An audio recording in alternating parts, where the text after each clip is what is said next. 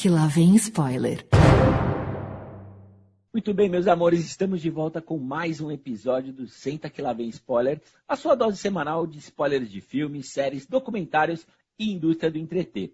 Meu nome é Renato Sansão, estou muito bem acompanhado aqui pelo oráculo da sétima arte, Rodrigo Cunha. Fala, Cunha.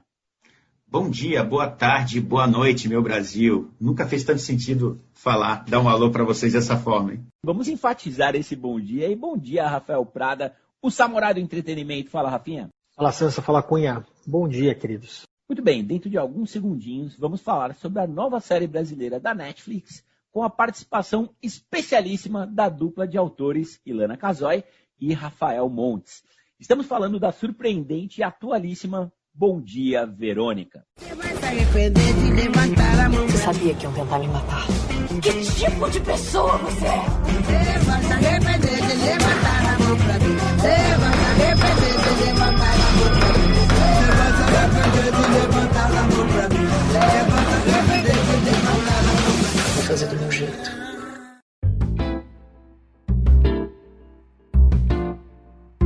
Vamos lá, minha gente, olha só. A série Bom Dia, Verônica é uma adaptação do livro homônimo escrito a quatro mãos pela criminóloga Ilana Casoy, que sim é sobrinha de Boris Casoy, e pelo jovem roteirista e escritor Rafael Montes. Temos a história da escrivã da Delegacia de Homicídios Verônica Torres, que perto ali dos seus 40 anos se vê dividida entre um passado sombrio, o cuidado com o marido e filhos e algumas investigações das quais ela vai fazer parte.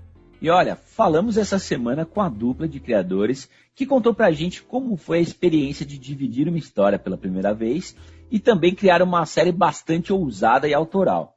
Rafael e Ilana, sejam muito bem-vindos ao Senta que lá vem spoiler e contem aqui pra gente como foi todo esse processo. Olha, Renato, escrever um livro a quatro mãos foi um prazer danado. Eu já conheci o trabalho da Ilana Casoy como criminóloga e autora de livros de não ficção.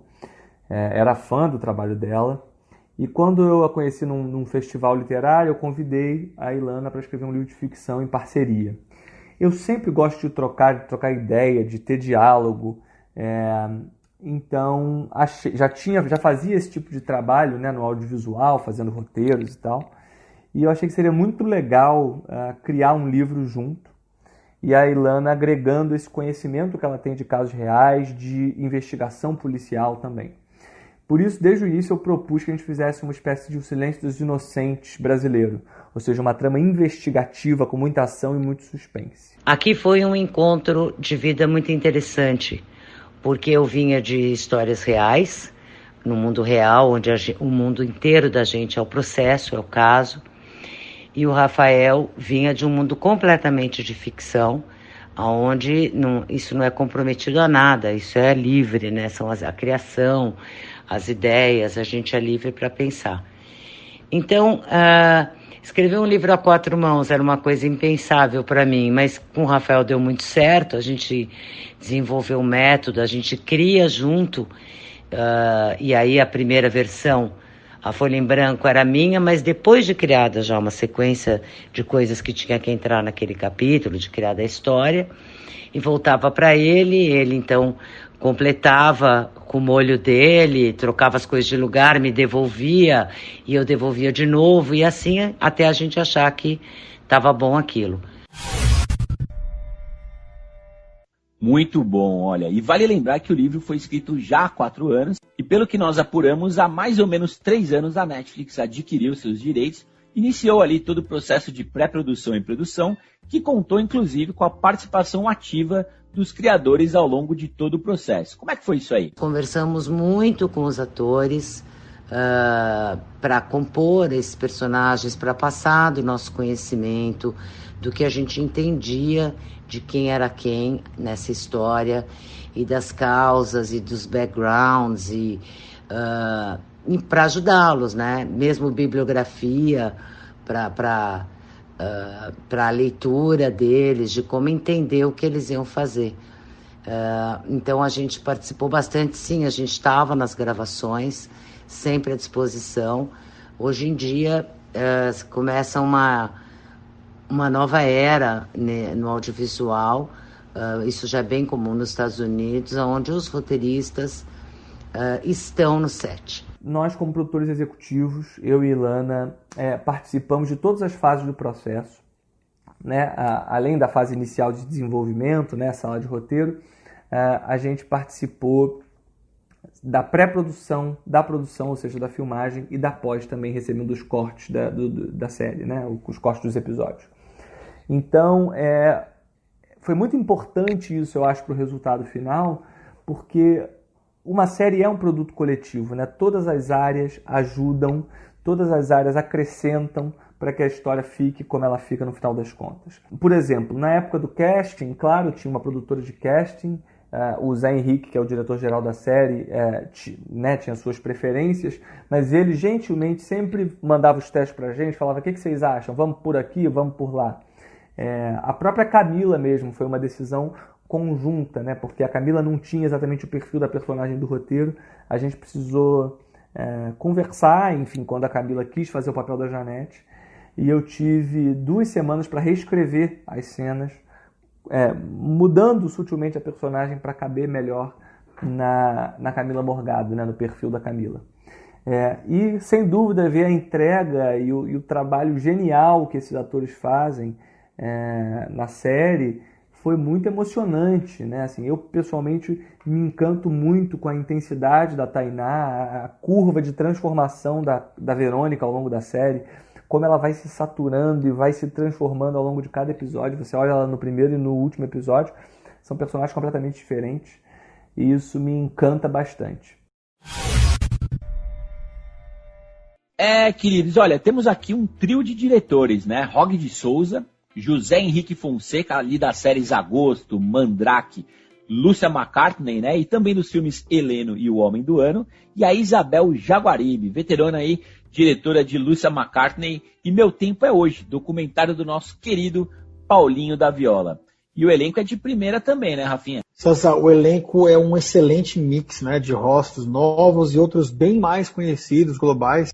E eu destacaria aqui a Verônica, que é feita pela Tainá Miller, irmã da Titi Miller, que assume o protagonismo da série e tem uma desconstrução de personagem muito interessante, repleta de nuances e que traz a gente pro lado dela com muita facilidade, desde o primeiro episódio.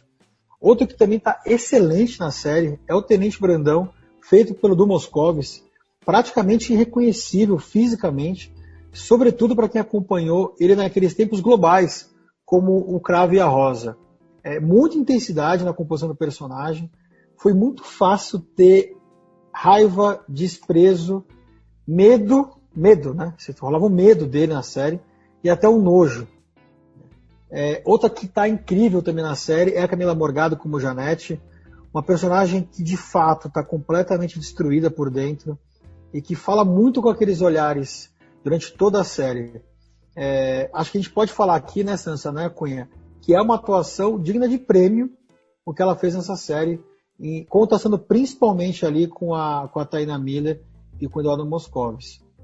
Podemos destacar também o Delegado Carvana, feito pelo Antônio Grassi, que fisicamente é bem diferente do personagem do livro, mas que faz muito bem a figura paternal da Verônica, ao mesmo tempo que tem um moral bastante dúbio ali dentro da série, já que existe toda a trama em volta do pai da Verônica, né?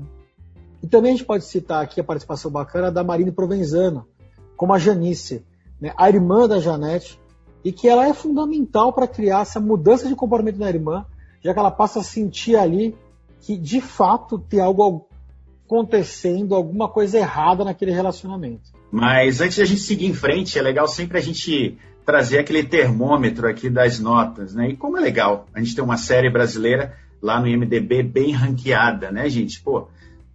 No momento ela está com 7.6, né? Uma produção nacional, e vale lembrar, né, que especialmente nesse momento inicial, uma série nova, ela precisa de muitos plays, especialmente na primeira semana, né? Então é bem nesse momento que a série ela começa a pegar atração, e ali ela começa a surgir chances de renovação, né? Então a Netflix ela funciona muito dessa maneira. No primeiro mês, se começou a rolar um buzz, se a galera tá falando bem, tá compartilhando nas redes sociais, ela tá ali no top 10, e no momento aqui que a gente está gravando, ela tá em 8º lugar, as chances são grandes. Então vamos falar para todo mundo, vamos aí pegar o WhatsApp e compartilhar esse conteúdo, porque não apenas útil para esse momento que a gente está vivendo de pandemia, onde a gente viu aí a violência dentro de casa, né, começar a aumentar, algo que a gente vai trazer um pouquinho mais à frente aí do episódio, é um material muito bom, muito relevante. É muito gostoso a gente falar sobre uma série desse nível. O que vocês acharam aí? Eu vou deixar para falar minhas impressões na sequência da de vocês, tá? Mas eu tenho muita coisa boa para falar. Vamos aí, gente. Eu acho que talvez o maior elogio que eu posso fazer para uma série é dizer que eu maratonei do primeiro ao último episódio numa sentada só. Né? Então, eu acho que ela foi lançada ali, eu não sei se na quarta ou na sexta, né? Eu acho que na sexta, né? Que a Netflix costuma lançar as séries, mas no domingo, lá pro final da tarde, eu comecei a assistir. E, cara, eu vi os 8 episódios, um atrás do outro. Eu devo ter levantado, fazer xixi uma vez, peguei uma água e fui até o final, cara, com o olho pregado na tela, né? Muito bem construída, cara, muito bem ambientada. Chama muita atenção a qualidade de produção, né, da série. Eu acho que a gente cresceu, né, nossa geração aqui, nascidos aí no final dos anos 70, começo dos anos 80. A gente cresceu com muito hábito de assistir as novelas globais, né, cara? Então a gente está meio acostumado com aquele tipo de cenário, aquele tipo de tomada, posicionamento de câmera, até mesmo as atuações, né? E o que a gente vê aqui em Bom Dia Verônica, cara, é algo que quebra muitos estereótipos de produções nacionais, né? A gente falou ali dos diretores, né? Se eu não me engano, um dos diretores, ele esteve à frente da série Mandrake, né? Como a gente colocou também. E lá em Mandrake a gente havia muitas qualidades, né? Ali neles. Então a gente tem diretor de documentário, tem diretor com uma experiência, uma janela boa em séries, né? Inclusive da HBO, que tem uma qualidade lá em cima.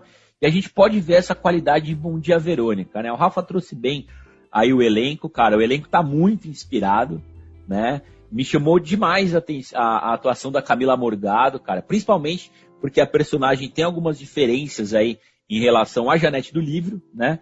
E um baita trabalho de transposição de uma obra que é o livro para outra obra que é a série. Inclusive, legal falar aqui para quem está ouvindo a gente, que quem só assistiu a série vai ficar muito surpreso com o conteúdo do livro. E quem só lê o livro também vai ficar muito surpreso com a qualidade do conteúdo da série. É verdade, Sansa. Tem algumas diferenças, né, do livro para a série, como a primeira cena do suicídio. Ela não se mata com um tiro de arma, ela se joga da janela do prédio, né? A delegada em si mesmo, que tem uma atuação que pode ser conversada aqui depois mais para frente, ela não existe também no livro, né? Ela foi inserida na série para ter um contexto maior, talvez até para ter uma continuidade, né, numa temporada 2, quem sabe. Mas a verdade é que a série ela é muito bem feita, o roteiro é muito bem amarradinho, você não perde o fôlego, é impressionante, acho que foi o que o Sansa falou. Você sente e você quer ver os 8 capítulos de uma vez. Você tem esse gancho para os próximos capítulos. E é muito legal a gente ver uma série brasileira super bem feita, bem amarrada, bem produzida e, acima de tudo, com um tema atualíssimo. Que faz muito sentido a gente estar passando agora para um Outubro Rosa, que, obviamente, temos o Câncer de Mama como protagonista, mas o Outubro Rosa ele é sobre a mulher. Então a série cai num momento muito importante também do ano e eu acho que é um mix, uma mistura de fatores que faz com que a série ganhe esse destaque merecido. Eu acho que essa série ela tem aí uma conjunção de vários fatores, né? A gente tem roteiro, direção, a performance dos atores, trilha sonora, fotografia, montagem. Numa série a gente vê que quando é muito difícil todos esses elementos eles darem certo, né? E isso acontece aqui. Tem uma outra coisa também que é a exploração do tema serial killer, né? Pouquíssimo comum em séries brasileiras. É um tema bastante universal. Eu gostei também muito, né? Não só das atuações em si, mas das cenas fortes que a gente teve ali. E quando eu falo cena forte, eu não estou falando de cena violenta, né? Porque elas até foram um pouco amenizadas aqui, mas eu estou falando de violência moral, sabe? É o que mais me impactou ali mesmo, em inúmeras cenas. Essa violência moral que você sente do sofá, a coisa transbordando para você. É bem complicado mesmo. Eu achei também assim, que nenhum dos episódios, né, foram só 8 episódios, isso me agradou muito também. Eu não encontrei filler em nenhum episódio, não tem nada mais ali, não senti barriga nenhuma, Gostei que todo final tem um cliffhanger também. A gente sempre fica lá aquele gancho para o próximo episódio e você não consegue parar. Por isso que o Sansão aí, muita gente deve estar maratonando, né? Caras, o que falar dos set pieces que a gente tem lá no sítio também, muita tensão, aquelas perseguições. A gente não vê isso todo dia em série brasileira, né? E para mim ficou aquele sabor de vitória, sabe? Conseguimos uma série nacional, chegamos lá, temos um thriller brasileiro de uma baita qualidade, né? Então eu já saí recomendando com muita força. E eu não poderia aqui encerrar essas minhas primeiras impressões sem falar da trilha sonora, gente, sabe? Que para mim foi um fator ali muito importante para a série. Eu acho a gente tem, né, ali capitaneando a trilha sonora o Dado Villa-Lobos, né, ex-guitarrista aí da Legião Urbana, e o Roberto Singh, né, que é um cara que conduziu aí por anos a banda do Circo du Soleil e fez a turnê de 30 anos da Legião Urbana e é um grande produtor aí também. Uma particularidade aqui, tá, ainda falando da trilha sonora, eu achei genial essa pegada do Rafael de querer usar esse tom meio tarantinesco de colocar músicas, entre aspas, nada a ver. A gente tem isso no momento dentro do carro, onde ele coloca a música temporal do Arte Popular, que é um pagodaço no momento muito tenso. Aquilo é incrível, isso é muito Tarantino, muito Tarantino. Cara, não tem como a gente... a Elza Soares lá com Maria da Vila Matilde, né? No momento lá do episódio que, tá totalmente dentro da coisa. Um final de um episódio também onde a gente tem cabeça de dinossauro, lá onde está tudo caindo, né? Então, Belchior, a gente tem ali Coração Selvagem. E o que dizer da versão da Letícia Novaes de Índios da Legião Urbana, que ressignifica o final da série, deixando um gancho maravilhoso lá. E é muito legal, Cunha, porque tudo isso que você falou faz uma bela mistura, né? Porque a série ela funciona para você assistir em qualquer lugar do mundo, mas ao mesmo tempo ela tem uma brasilidade muito acentuada, né? Inclusive, no nosso papo que a gente teve aí com os criadores, eles deixaram bem claro, né? Bem sublinhada essa brasilidade, como eles propositalmente puxaram para isso, o que é realmente muito legal para uma produção brasileira, né? Vamos ouvir. Me fez pensar que a gente tinha que contar uma história muito brasileira, ou seja, com cor local. Eu tenho muito orgulho de dizer que Bom Dia Verônica não é um mero decalque de uma série norte-americana, é uma série brasileira, com alma brasileira, mas ao mesmo tempo tem um alcance universal, como você diz, né? Um produto global, porque o drama humano ele é universal.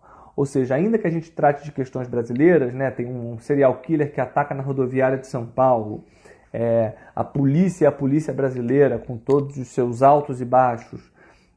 Apesar disso tudo, o drama vivido pelos personagens, a indignação e a saturação da Verônica, a violência sofrida pela Janete, a complexidade de Brandão, todos esses dramas, o ciclo da violência doméstica que a gente mostra na série, tudo isso é universal.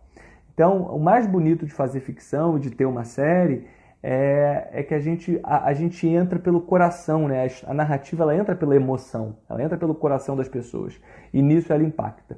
Então, Bom Dia Verônica é uma história com cor local, uma história brasileira, mas com um alcance global. E uma coisa muito gostosa da gente ver aqui também no Bom Dia Verônica eu estava falando aí, a chuva de referências, né? E principalmente cinematográficas. Sansão falou aqui pra gente de True Detective, né? Os últimos episódios em especial tem muito de True Detective, Mindhunter. Cara, tá muito na cara Hitchcock, alguns diálogos, geração de suspense, né? Também vi ali muita referência a séries como The Sinner, tem um monte de The Sinner, especialmente, uma curiosidade aqui, a gente tem o clipe Closer, lá do Nine Inch Nails, de 94, que foi referência para publicidade, para tudo que aconteceu esteticamente na década de 90, lá naquele porão onde acontecem os rituais do Brandão. Então é bizarro demais.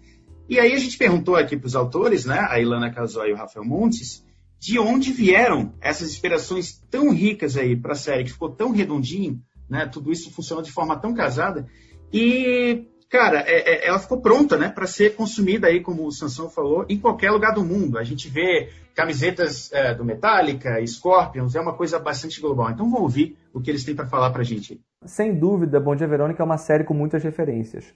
A principal delas, eu já falei até aqui, a principal delas são os filmes que eu via nos anos 90 de serial killer, como O Silêncio dos Inocentes, Seven, O Colecionador de Ossos, mas também a série tem muito desse clima True Detective, tem muito de um clima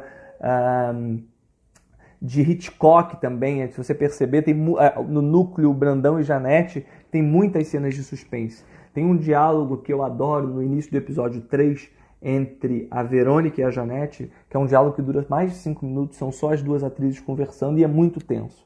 Por quê? Porque aquilo é Hitchcock, né? Duas pessoas conversando, cheia de movimentos a cena, cheia de altos e baixos, e além disso tem a ameaça permanente de que o Brandão, o marido assassino em série, vai chegar a qualquer momento, né? É a bomba embaixo da mesa que o Hitchcock dizia que é a definição de suspense. Então tem muito de Hitchcock, tem muito de Tarantino. Eu acredito que é uma série em que eu coloquei todas as referências de filmes e séries que eu gosto, que eu cresci vendo, cresci consumindo e que por isso eu acabei colocando nesse trabalho. O que eu acho mais legal é que a Netflix conseguiu trazer para dentro do livro do Rafael e da Ilana a expertise deles com séries que já estão no ar há muitos anos, né? The Sinner, Mindhunter, assim, todas essas referências acabam, True Detective, por exemplo, da primeira temporada especialmente, acabam sendo ótimas referências para você construir um roteiro em cima de um ótimo livro.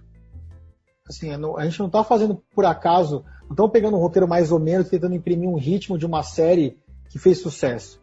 A gente pensar que o Rafael tem quantos anos? O Rafael tem uns 28, 29 anos, talvez. Estou chutando aqui, acho que ele é de 90. É um roteiro muito bem construído, né? E com essas referências, para quem está acostumado a consumir esse tipo de série na Netflix, como nós estamos já há anos, é impossível você não relacionar. Quando você relaciona com programas e séries tão boas, né, você já fica mais relaxado. Tá? Nosso subconsciente a aceitar ainda melhor esse tipo de série, né? Eu queria aproveitar aqui, entrando um pouquinho mais na trama da série já. Eu que sempre morei aqui na capital paulista, São Paulo, para quem não teve a chance de conhecer ainda, mas se você assistir a série, você vai se sentir um pouquinho mais próximo da cidade. É como se o Bom Dia Verônica tratasse a cidade de São Paulo como um personagem próprio. Aquelas tomadas aéreas, que graças aos drones podem ser feitas hoje com custo muito mais baixo, e saindo um pouco daquele estereótipo, né? Eu acho que talvez por estar em São Paulo e não no Rio de Janeiro, é muito mais fácil sair do estereótipo. E São Paulo dá essa oportunidade. Eu tenho certeza que muita gente que é paulistana viu aquelas tomadas aéreas dos Jardins virada para o centro expandido e você fala, cara, a nossa cidade pode ser bonita também.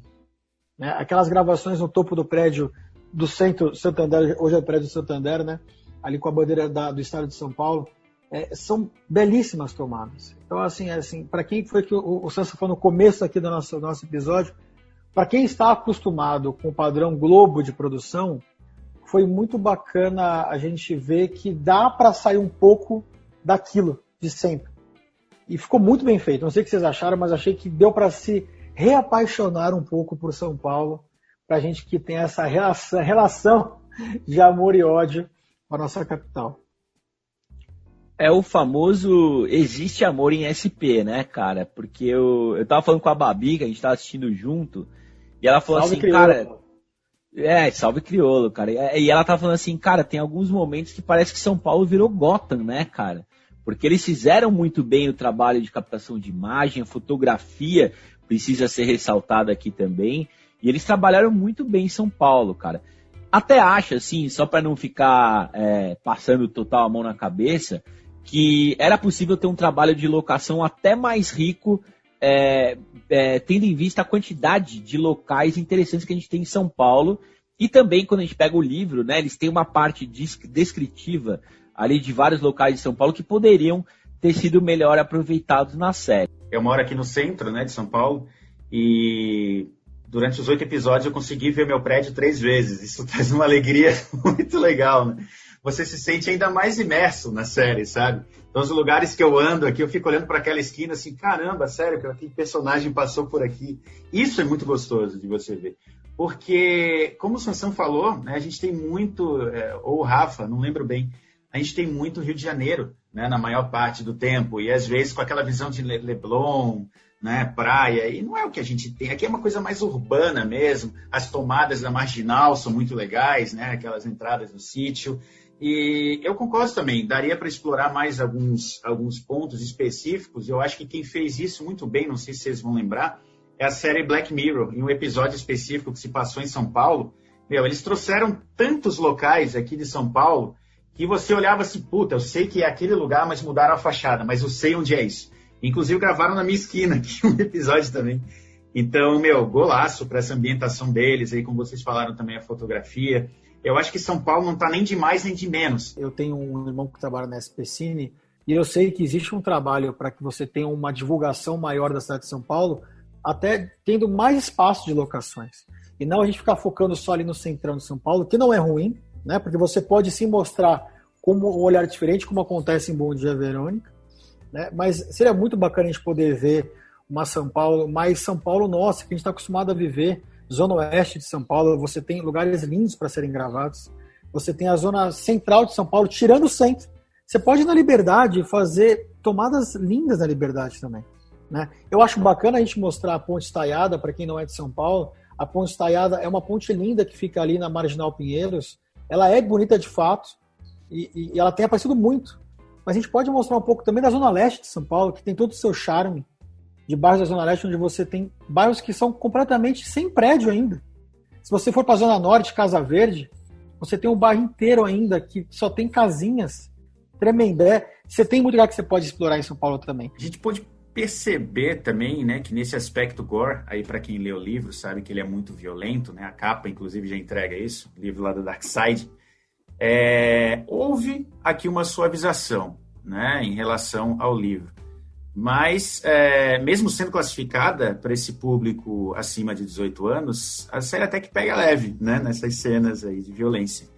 Então, vocês acham que produções ali como Bom Dia, Verônica, né, um dia terão espaço aí na TV aberta, pensando na importância dos temas ali que são abordados, a complexidade do enredo, porque é muito chato, né, a gente tem um conteúdo como esse, ficar aí, entre aspas, limitado ao Netflix, né? Por mais que seja uma plataforma que tem muitos assinantes, ela está fechada dentro do streaming, né? Então, como é que vocês enxergam isso? Isso teria como estar ali, pelo menos, no Globoplay ou mesmo na Globo Aberta? É uma dicotomia muito grande, né, cara? Por um lado, você tem TVs, eu vou citar aqui a Rede Globo, abrindo muito mais o espectro violento, digamos assim, né? Você pega uma Avenida Brasil, que foi talvez o maior sucesso da Globo nos últimos anos aí, é uma novela violenta, né, cara? Tem cenas violentas, né? Ela não chega num gore, né, que é aquela coisa realmente pesada, mas já traz uma coisa mais mundo real, mundo cão, né?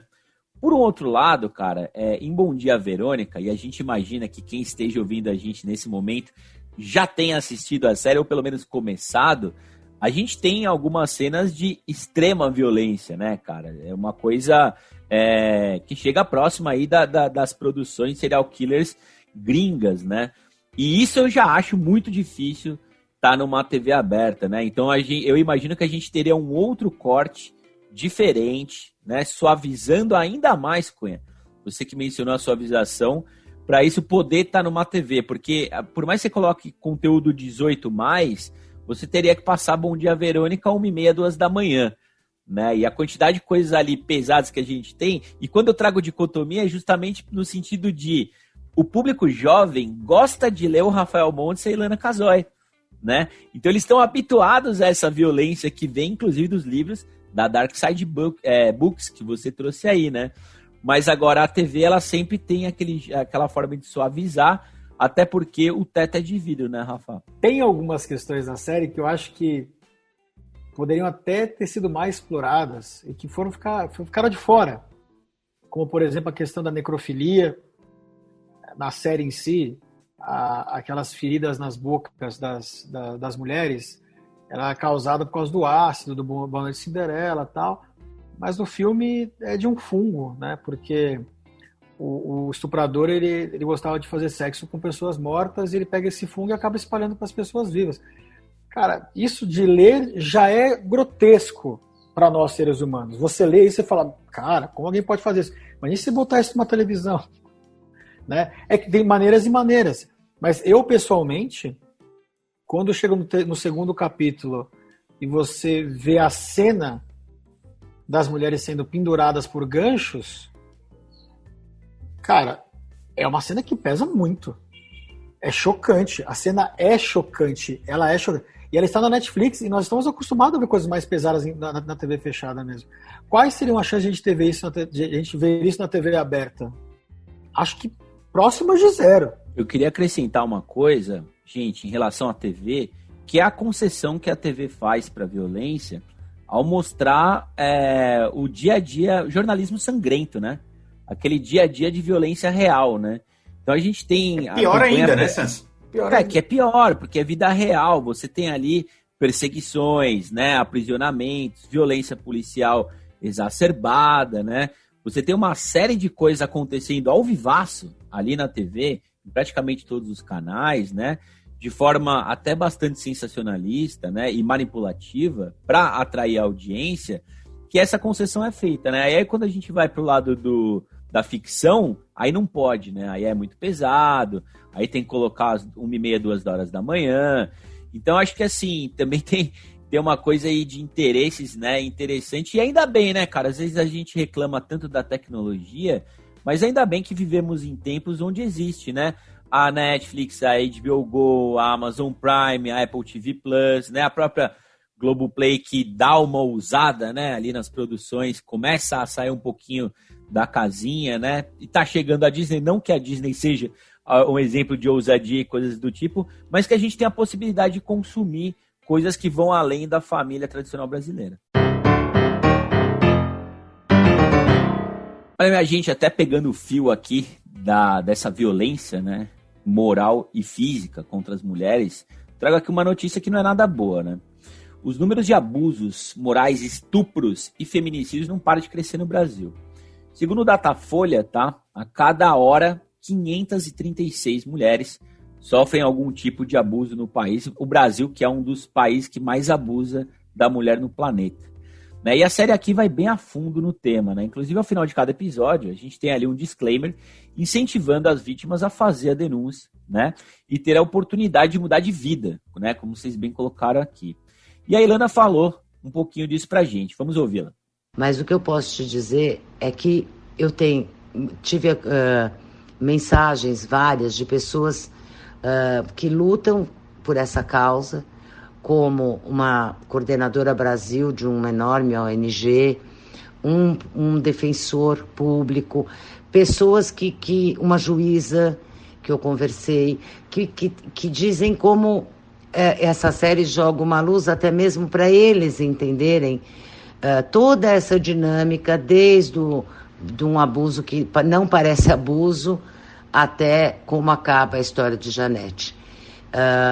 Essa coordenadora da ONG, por exemplo, no domingo atendeu uma moça e me escreveu: hoje atendi uma Janete, essa vai dar para ajudar. Então isso para nós é um grande gol, né? Porque além fora que isso está sendo debatido, eu acho que muitas mulheres que não percebem que já sofrem um relacionamento abusivo, vendo toda a dinâmica bem explicada do 1º ao 8º episódio do que é a dinâmica entre Brandão e Janete, vão poder perceber ali como abuso e, portanto, perceber na sua própria dinâmica, na sua própria vida, perceber a importância de pedir ajuda e se deixar ser socorrida. Então, eu acho que nós vamos sim ter resultados e eu espero que a gente possa ter realmente um aumento estatístico de pedidos de ajuda, não só por causa da série, mas também pela discussão que isso gera, por esses profissionais estarem com um olhar muito atento, esses profissionais que estão na linha de frente para resgatar essas mulheres. E eu acho que a Netflix, incrivelmente, encampou a vida real ao colocar no final de cada episódio um link para quem essas mulheres podem pedir ajuda, e do outro lado da linha existem grupos especializadíssimos em ajudar a fazer esse resgate. A gente falou um pouco aqui no começo do nosso episódio que a gente falaria sobre a questão central da série, que é o abuso e a violência contra a mulher. O Cunha comentou algo aqui, e eu vou trazer de novo. Por que a Janete não toma uma atitude, né? Por que é que ela não se mexe? Por que ela não sai daquilo? E a verdade é que, para quem já teve contato com mulheres que sofreram abuso ou passaram por algum tipo de violência, especialmente dentro de um relacionamento abusivo e mais longo, a verdade é que você fica dominada pelo medo. Eu acho que eu não estou na minha posição de fala aqui para poder dizer o que as mulheres sentem, mas talvez a gente possa passar um pouco do que a gente lê, aprendeu e ouviu. Eu acho que esse tema é o que mais pega para mim. Eu acho que tem um detalhe importante no livro. Tem um detalhe importante no livro que não está na série, é que o marido da Verônica, ele atrai. Na série não tem isso. Na série ele é um marido devoto. No livro vai um pouco ainda mais fundo com relação a essa codependência, porque ela sabe também que ela tem essa traição. Ou seja, o livro gira em torno disso, né, de como a mulher tem esse papel subjugado dentro da sociedade e como o homem tem esse papel de poder em cima da mulher, infelizmente, uma sociedade patriarcal, né? E no livro é uma traição mútua, inclusive, né, cara? Ele atrai e ela também atrai, né? Quando a gente tem entre aspas, o hacker, né? Ali o livro deixa bem claro que ela tem uma relação com o cara também, o que na série fica meio, talvez, subentendido, né? Fica dúbio na série, né, César? Tem uma cena ali que ela dá um selinho nele, parece, né? Quando ele vai deixar ela em casa, né? Ela joga um charme, né? Dá a entender que eles têm alguma coisa, mas não fica em nenhum momento evidente, né? E eu queria trazer aqui, gente, não é exatamente a temática da misoginia nem violência contra a mulher, mas é a do suicídio, né, cara? Então a gente tem a série aí, a 30 Reasons Why, também da Netflix, que trata bem a fundo do tema do suicídio, né? Que foi uma válvula para muita gente entrar em contato, né, com as ONGs aí e gente que trata, né, desse problema seríssimo que a gente vive como sociedade moderna. E também falando em obras denúncia, é legal a gente lembrar aí da Força do Querer, né, cara? Onde a gente tinha a trans ali da Ivana, né, que trazia uma questão muito interessante e pouquíssimo debatida num cenário nacional, né? É legal, inclusive, abrir um parênteses aqui, porque a gente falou das vivências trans quando a gente gravou no episódio 77 sobre o ótimo documentário Disclosure. E é importante a gente analisar também, né, que o Brandão ele não é só daquele jeito violento, né? Então isso complica demais a mente, né? Ali no caso da Janete, né? Ele, em vários momentos ele é carinhoso e é um comportamento que vai escalando até ele chegar no momento mais violento, né? Então eu espero que várias Janetes aí peguem o seu telefone e liguem para Verônicas aí, realmente a gente tem esse efeito.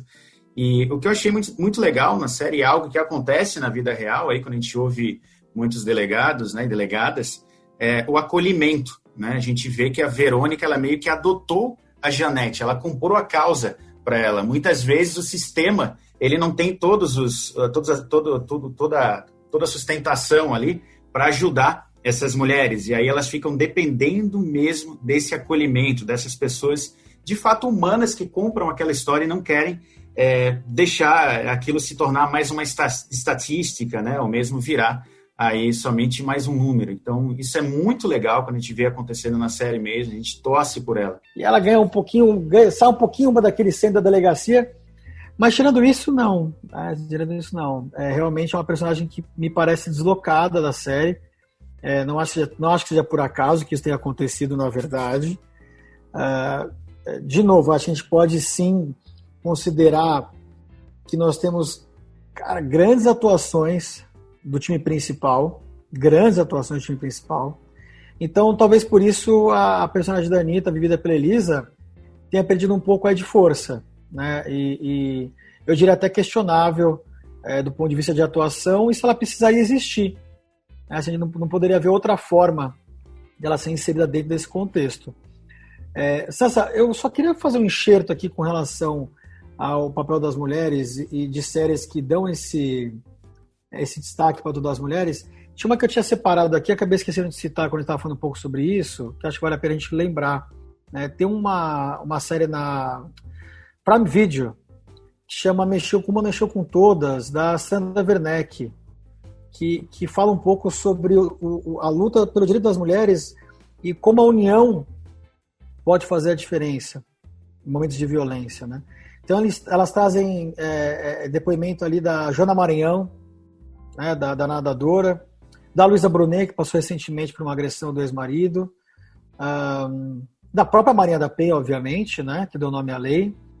Então, eu acho que vale a gente trazer para o contexto que tem muitas séries e filmes. Big Little Lies também fala um pouco sobre isso, né? A gente não pode esquecer do papel da Nicole Kidman dentro da série.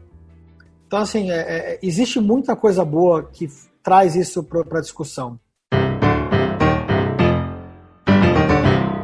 Queridos, apesar de ser uma série fechadinha, eu achei também aquele final, conversamos um pouquinho rapidamente antes daquele episódio, com uns plot twists muito legais, né, cara? Que dá uma margem para possíveis sequências aí de 2, 3, 4 temporadas. O que vocês acharam disso, Sansa? O que você achou, Cunha? Como aquela sequência final que começa com a perseguição, né, lá no lugar dos sacrifícios e vai passar por vários lugares, né, e várias situações, né, a família da Verônica ficando segura em um outro lugar, né, o envolvimento ali do Carvana, até abrindo um parênteses, o nome Carvana é uma homenagem ao ator Hugo Carvana, né, cara, que participava de muitas produções de delegacia, como policial e tudo mais, uma bela homenagem a um enorme ator, né. E cara, é muito interessante o ritmo da série, né, o Cunha trouxe muito isso, e o último episódio, cara, ele é quase um filminho à parte, né, de altíssimo nível, lotado de plot twists, e que vai abrindo frentes que vão deixando a gente curioso, né.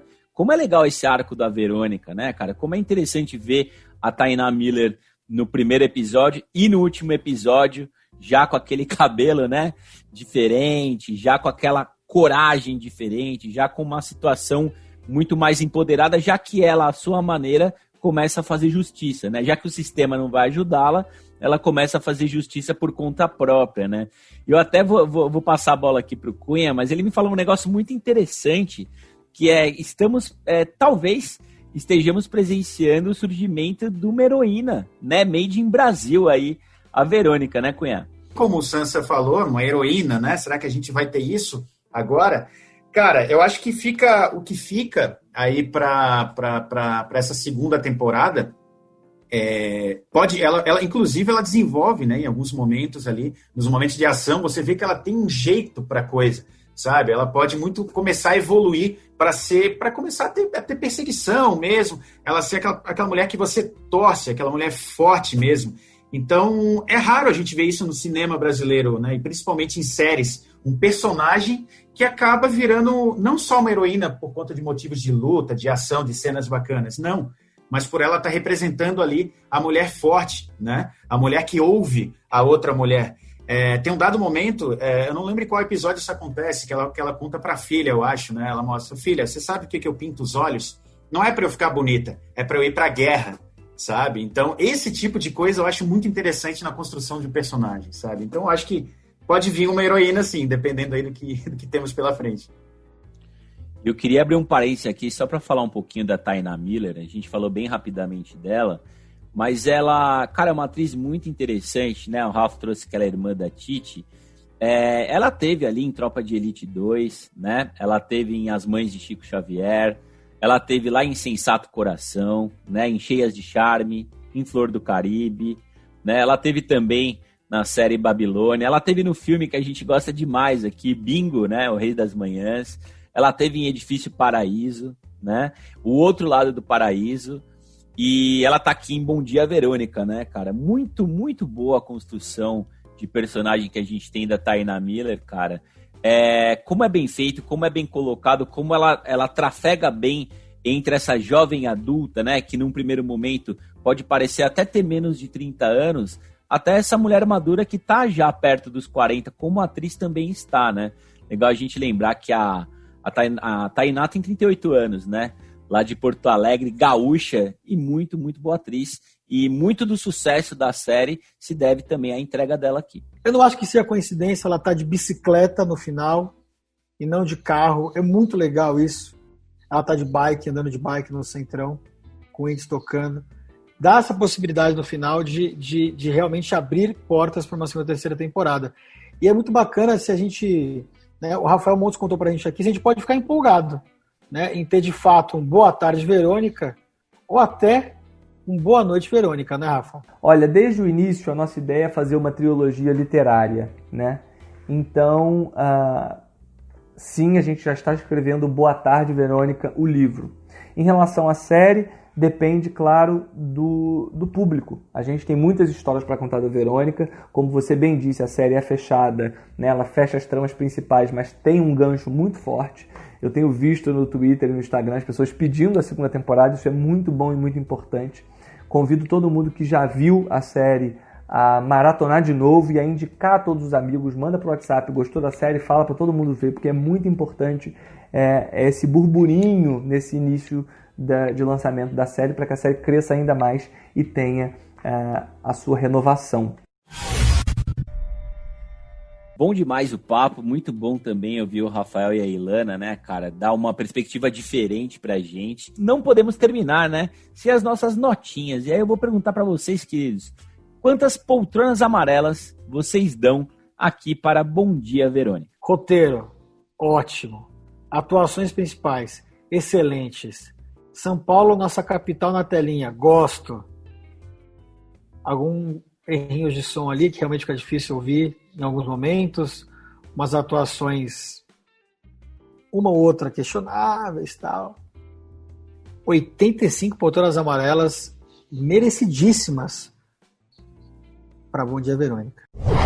Gostei muito da série também, como falei pra vocês, eu maratonei numa sentada só. Muito raro isso acontecer, ainda mais produções nacionais.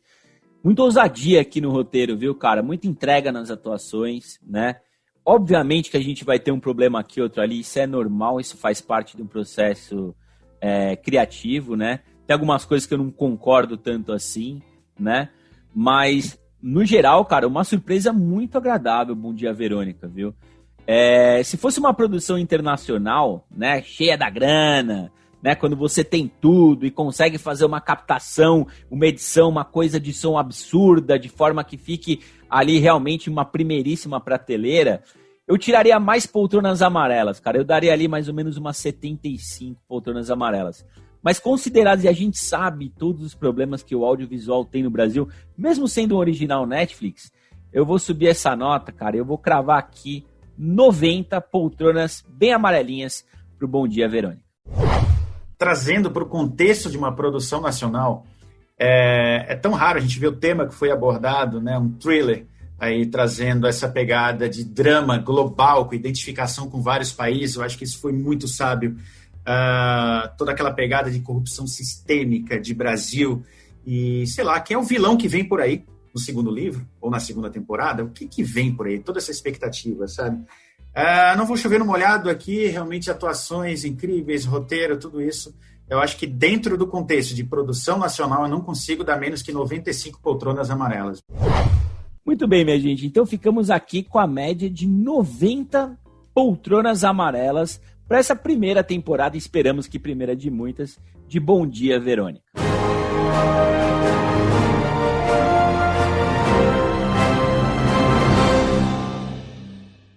Olha só, gente, para fechar esse episódio aqui com chave de ouro, a gente pediu para a Ilana e para o Rafael trazerem aí dicas de séries Netflix, que eles gostam muito e até por isso recomendo aqui para os nossos ouvintes. Vamos a elas. Eu, como todo mundo, adoro zapear na Netflix, né? E vou falar de uma série que eu acho que sai um pouco das séries mais conhecidas, né?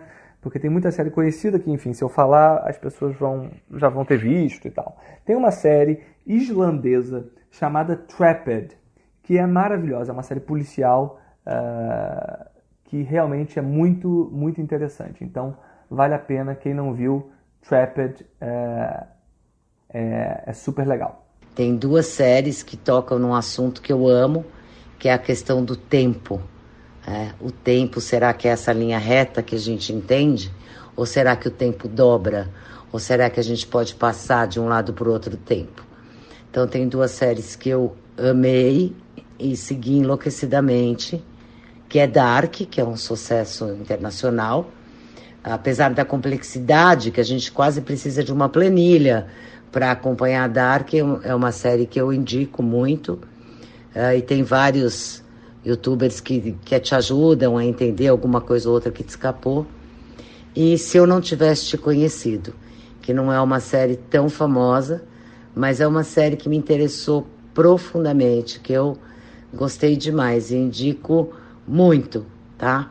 Essas são as séries da Netflix que eu recomendo para todos os ouvintes do Senta Que Lá Vem Spoiler. Olha, rapaziada, gostei das dicas aqui, hein? Coisa que eu não tinha visto, como é bom a gente sair um pouco da nossa bolha, né? E conhecer dicas e opiniões diferentes. Muito bom que trouxeram Rafael e Ilana. E queria aproveitar aqui para agradecer, primeiramente, né, a gentileza, o tempo e a atenção que os autores de Bom Dia Verônica tiveram conosco. Ilana, muito obrigado. Rafa, muito obrigado pela sua participação. E também vou me despedir aqui do outro Rafa, né? O nosso samurai de entretenimento, Rafinha Prada. Obrigado, Rafa. Sansa Cunha, obrigado de novo. Baita episódio bacana que a gente gravou aqui hoje. E vou finalizar aqui só dando reforçando, na verdade, essa sugestão do Rafa, Trapped. Para quem curte essas séries no escuro, no gelo, no frio, cara, é uma série bem bacana, tem 2 temporadas só, mas é muito legal, recomendo com força, assim. De novo, agradecer a presença dos dois conosco lá. Sansa, Cunha, até a próxima. Beijo, obrigado. Bom dia, boa tarde, boa noite. Foi muito legal falar sobre essa série, ela cresce ainda mais, depois a gente conversa sobre ela. E eu espero que, quando você for recomendar para alguém, já fala logo, cai essa barreira, esse preconceito de que é uma série nacional e que produção nacional não é bem feita, não tem boas atuações, parece novela. Não tem nada disso, tá? Passa para frente reforçando bastante isso. Eu sei que isso acontece, vocês sabem. Para muita gente que eu passei sem falar que era uma série nacional, eu já logo recebi a resposta, puta, mas a série nacional vale mesmo a pena, sabe? Então vamos quebrar isso, porque além do entretenimento, a gente tem uma mensagem que precisa ser passada para frente aqui também. Então não é só questão de cinematografia, de Netflix, tem um assunto gravíssimo aqui que precisa ser conversado. E nada melhor, né, para trazer uma conversa do que através de uma grande história, de um grande drama e de cenas de grande impacto, tá bom? Então passa para frente aí, é bem importante agora nesse momento a série continuar no top 10, tá? Para que garanta aí uma segunda temporada e a gente tenha esse conteúdo maravilhoso à nossa disposição muito em breve. Valeu, gente. Um abraço a todos e até a próxima.